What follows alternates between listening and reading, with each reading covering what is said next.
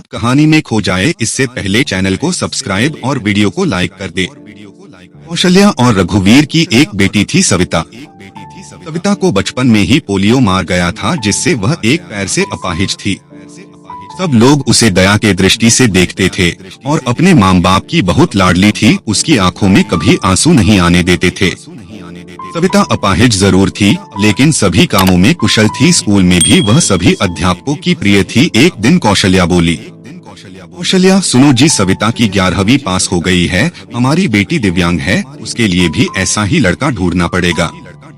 लगता है उसकी शादी करने में बहुत मुश्किलें आएंगी, इसलिए अभी से लड़का ढूंढना शुरू कर दो। रघुवीर, हाँ कौशल्या सही कहती हो। सविता कितनी सुंदर और सर्वगुण संपन्न है, लेकिन पैर की वजह से मेरी बेटी की जिंदगी खराब हो गई। सविता ने अपने माँ और बाबूजी की बात सुन ली। वह पास आकर बोली, सविता बाबूजी, क्या मैं आप सब पर बोझ हूँ? मेरा पैर खराब है, इसका मतलब यह तो नहीं मैं किसी पर आश्रित रहूंगी। फिर कैसे हुई मेरी जिंदगी खराब? कौशल्या, मन छोटा मत कर बेटी, किसने कहा कि तू बोझ है? तू तो हमारी आँखों का तारा है। सविता, माँ मैं पढ़ाई के साथ साथ कुछ करना भी चाहता हूँ, जिससे मैं खुद पर निर्भर रह सकूँ। इधर सविता की पढ़ाई पूरी हो गई और उधर रघुवीर सविता के लिए लड़का ढूंढने लगा।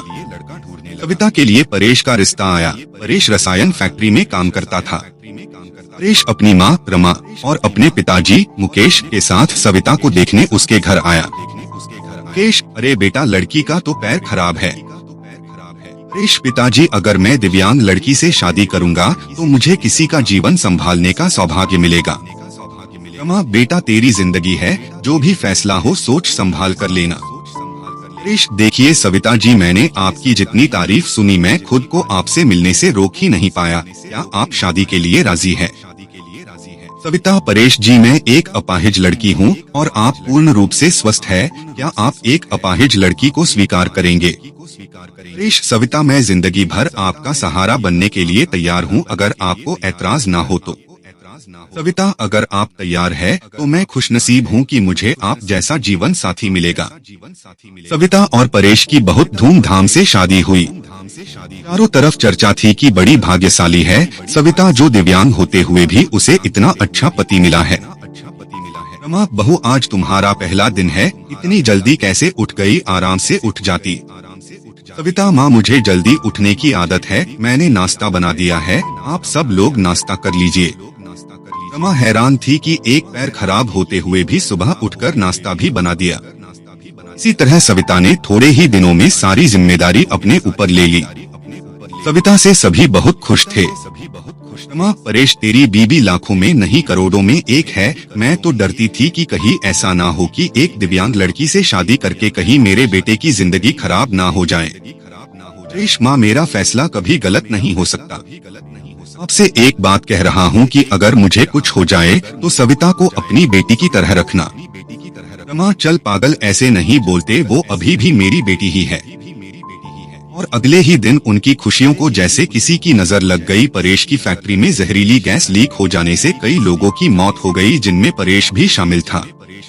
जब ये खबर परेश के घर पहुंची तब घर में हाहाकार मच गया, लेकिन सविता तो जैसे पत्थर सी हो गई। वह खामोश थी, उसकी आंखों में आंसू नहीं थे। वह परेश को यूं ही फटी आंखों से देखती रही। औरतों ने उसे हिलाते हुए कहा, बहू रो ले, देख परेश को, वह मर गया है, अगर रोएगी नहीं तो पागल हो जाएगी, तू विधवा हो गई है, विधवा।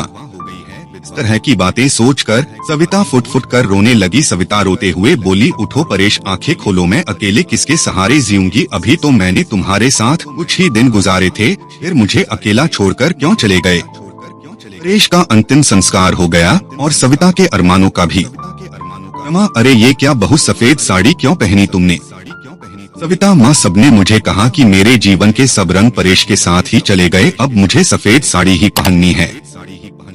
रमा, नहीं बेटी, तुम हमारे दुहक को और मत बढ़ाओ, आज से तुम कभी भी सफेद कपड़े नहीं पहनोगी।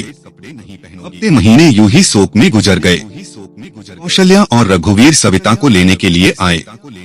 कौशल्या, मेरी बेटी का जीवन तबाह हो गया, पूरी जिंदगी अकेले कैसे काटेगी, इसलिए हम उसे अपने साथ ले जाना चाहते हैं। रमा, देखिए समधन जी, सविता कहीं नहीं जाएगी, आप उसकी शादी करके कर्तव्य मुक्त हो चुके हैं, लेकिन अब हमारे भी कुछ कर्तव्य है। हमारी बहू हमारी बेटी बनकर हमारे पास ही रहेगी। ये कहते हुए रमा ने सविता को गले से लगा लिया। मुकेश, हाँ समधी जी, रमा सही कह रही है, हम सविता को आगे पढ़ाएंगे और किसी लायक बनाएंगे, आप चिंता मत करना, हम अपनी सविता को पलकों पर बिठाकर रखेंगे। सविता माँ बाबूजी परेश इनके इकलौते बेटे थे, अब वो नहीं है, तो ऐसे में मैं भी इनको छोड़कर चला जाऊँ ये सही नहीं है, मैं इनके पास रहकर ही इनकी सेवा करूँगी। सविता के माँ बाबूजी चले जाते हैं। अब सविता अकेली थी, उसने अपना सारा ध्यान पढ़ाई में लगा दिया। ऐसे में उसकी मुलाकात गौरव से हुई, जो समय समय पर सविता की पढ़ाई में मदद करता था। गौरव मुकेश के दोस्त का सबसे अच्छा बेटा था। उसका काम के सिलसिले में परेश के पिता के पास आना जाना लगा रहता था। गौरव इंजीनियर था और बड़ा ही सलीम स्वभाव का संस्कारी लड़का था। चारों तरफ औरतें बातें बनाने लगी। एक औरत बोली, अरे देखो कैसी विधवा है, ये सफेद साड़ी नहीं पहनती, पति का जरा भी दोहक नहीं है। तो दूसरी बोली, बन सवर कर कॉलेज जाती है, बेचारे रमा और मुकेश का तो बुढ़ापा ही खराब है। तीसरी औरत ने कहा, पहले इस लड़के का घर में आना जाना ठीक था, लेकिन अब परेश नहीं है तो इसे जवान विधवा बहू के घर नहीं आना चाहिए। लेकिन सविता को किसी की बातों से कोई फर्क नहीं पड़ता था, क्योंकि उसके सास ससुर उसके साथ थे।